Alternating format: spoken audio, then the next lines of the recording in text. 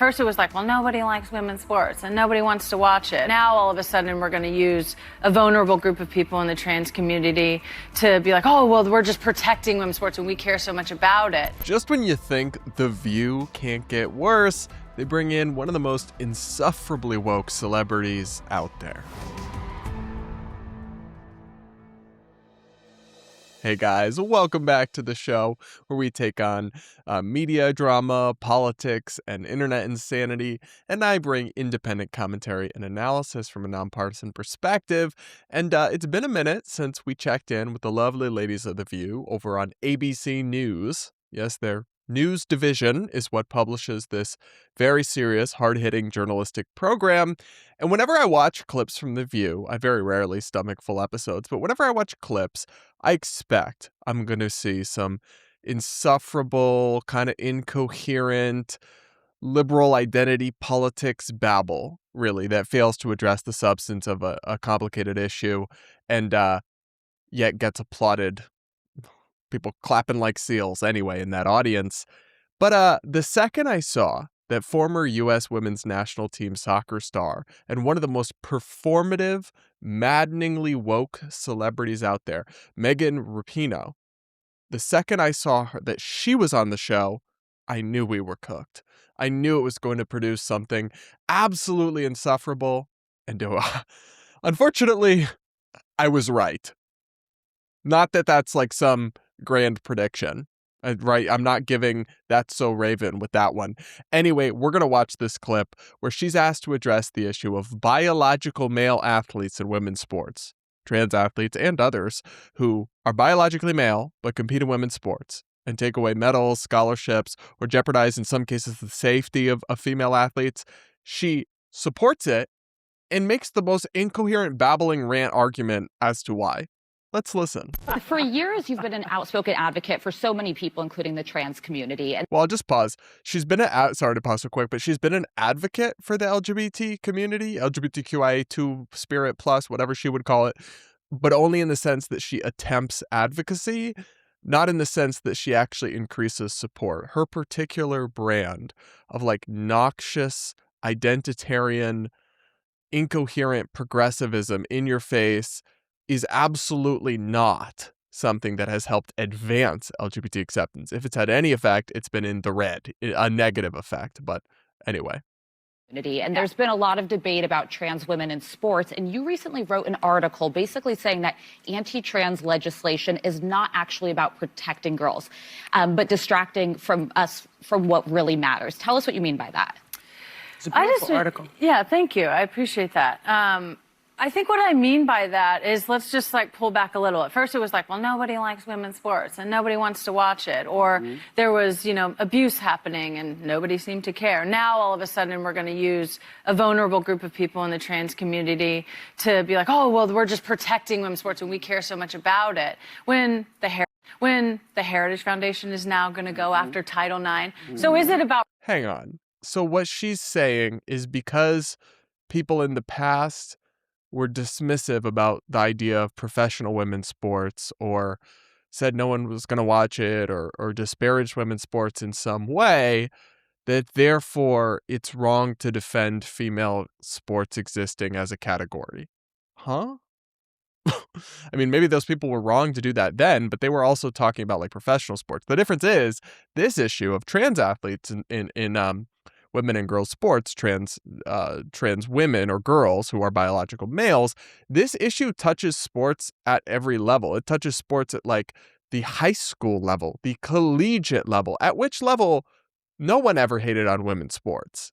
I shouldn't say no one, but most people appreciate and support women's sports and girls' sports in high school and elementary school and college and opportunities and equal access for women. That was never a hot take. Yes, some people were down on pro-women's sports in different ways, and that's a whole different conversation we could get into. Some of that might stem in part from sexism. I certainly wouldn't dispute that. Some of it might also stem from the insufferable activism and entitlement of certain high-profile female athletes, Megan. However, what is the point of that? So rather than explain why your position that it's perfectly fair to let Iman Khalif, who is biologically male, beat the crap out of females at the Olympics to the point where they're saying, female boxers are saying, I've never been hit so hard in my life, right? You're defending that position.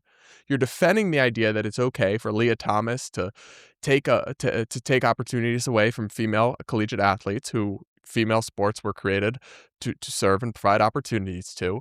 And your point is, well, people used to make fun of women's sports and there were abuse issues that they didn't address. Okay, two wrongs don't make a right. What is that? How does that defend your position in any way? It doesn't. It's cheap whataboutism. So it's like, this is why we say shut up and dribble, or why, and I say this to right-wing athletes and cause celebrities as well. It's like, if you are going to engage in political discourse as a professional athlete, I mean, you got to try to know something or speak about it with some substance. Otherwise, you just look hopelessly out of your depth, yet some people will just clap for you like a seal because you're famous or whatever, and they've got, what is it? When you have a celebrity, you meet a celebrity and you're in shock and you're like, oh my God. Anyway, I'll let her keep going. Luckily, her take gets worse. Just kidding. I'm sorry. I was going to say her take gets better, and then I was going to say just kidding. But you know what? We all knew it was going to get worse. So why should I even bother gaslighting? Let's watch. Is it about reproductive rights, or is it about just women's rights in Oh my general? God. We're seeing the rollback of Roe v. Wade. Marriage equality, I feel like, is getting put back on the table. That was settled law. And so all of these things, like, yes, they're going after trans people in sports, and they're using this as a wedge issue because we love sports, and, you know, we don't want our little girls to be unsafe in sports. And it's like, unsafe from who? But okay.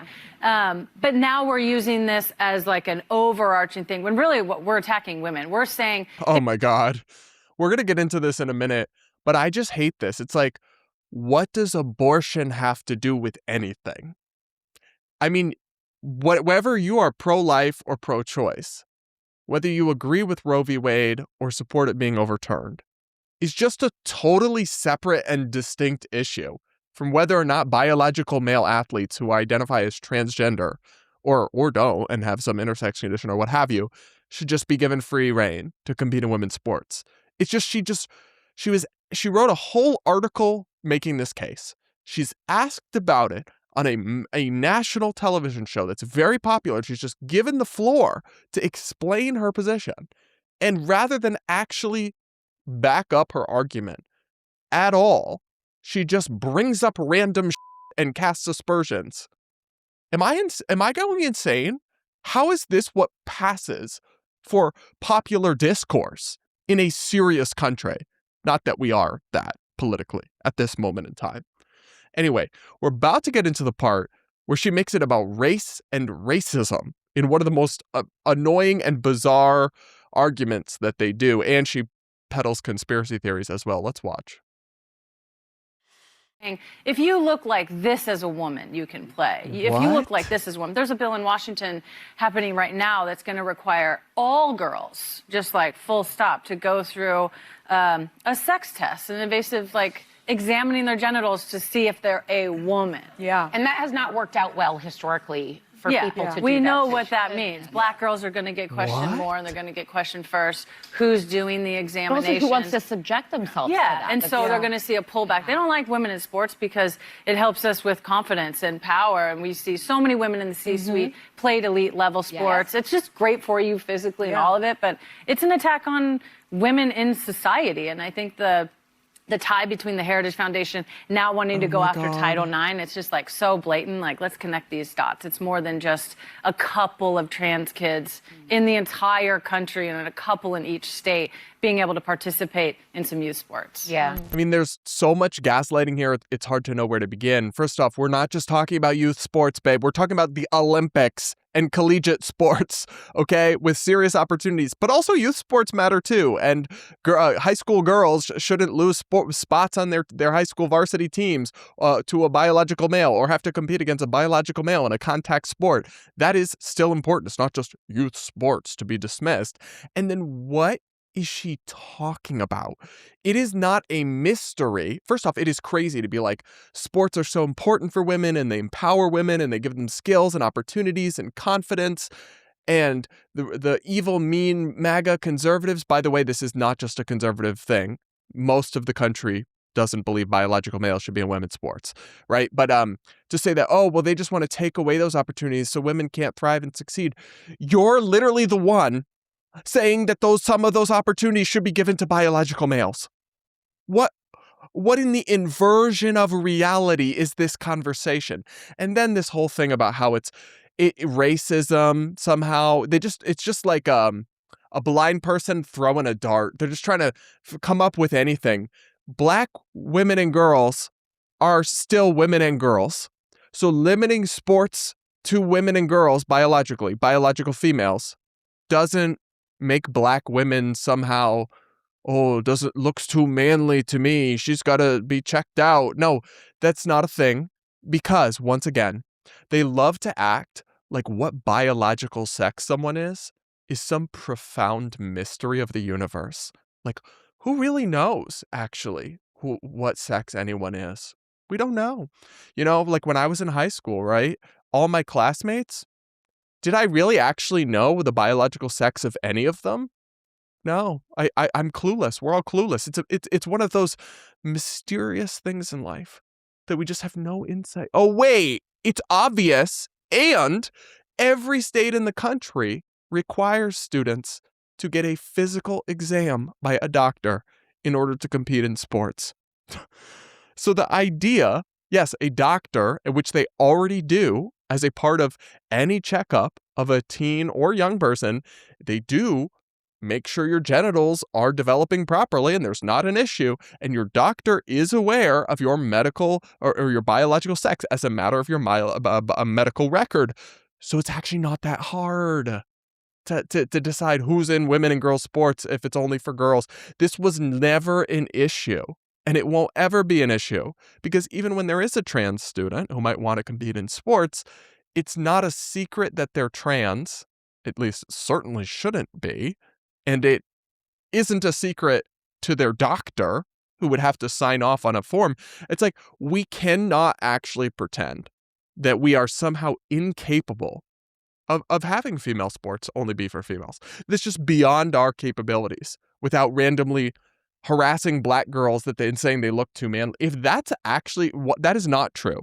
But if you actually believe that that's true, that is the state of American institutions and society and our general level of competence, then it's already a wrap, babe. We're already cooked, because that would be pathetic. Now, thankfully, that's not true. This is all absurd nonsense. And the final thing I have to say about this, and about Megan Rapinoe more broadly, is there's something diabolical about retiring from the pinnacle of women's sports, taking all the celebrity and opportunity that there is from it, and then after you're done competing, though she stood for it during her career too, but it hadn't gotten to the point where it affected the level of sports she was at all, saying, and when she was coming up, she didn't ever have to compete against biological males. That wasn't a thing, 30 years ago when she was in youth sports, or when she was in high school sports, or when she was in collegiate sports. If she did that, that was unheard of.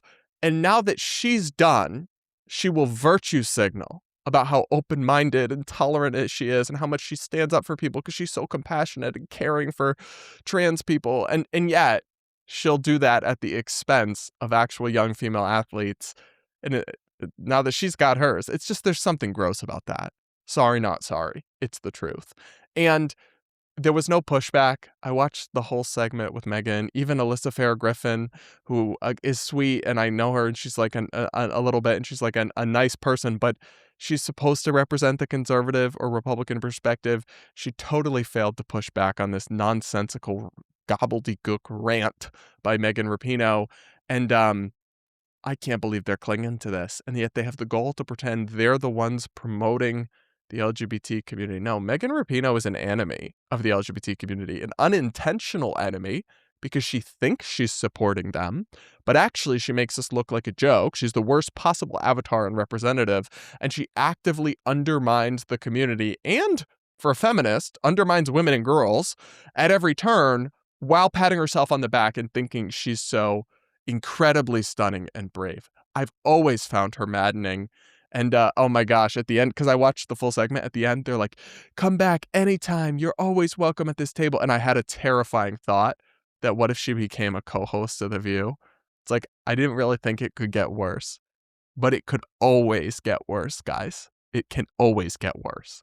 Anyway, that's my thought on this super duper serious story. Love to see them just continue to do amazing over there at ABC News. Let me know what you think in the comments. Make sure to subscribe to this channel if you aren't yet. Do hit the like button while you're at it. Reward my suffering. I suffer through the depths of stupidity on the daily for y'all. And do consider becoming a channel member. I call out idiotic ideas and craziness on the far left and the far right. That's not always the best business model. Unfortunately, the best way to blow up on political YouTube is to just pander to one side. But I don't do that. I'm too opinionated and too honest, so I'll do it my own way. But I do need support from viewers like you. Click the link in the pinned comment or hit the join button here on YouTube to become a channel member and support my work. It's the best way to support me, guys. With that, we'll leave it there for this one and be back with more real soon.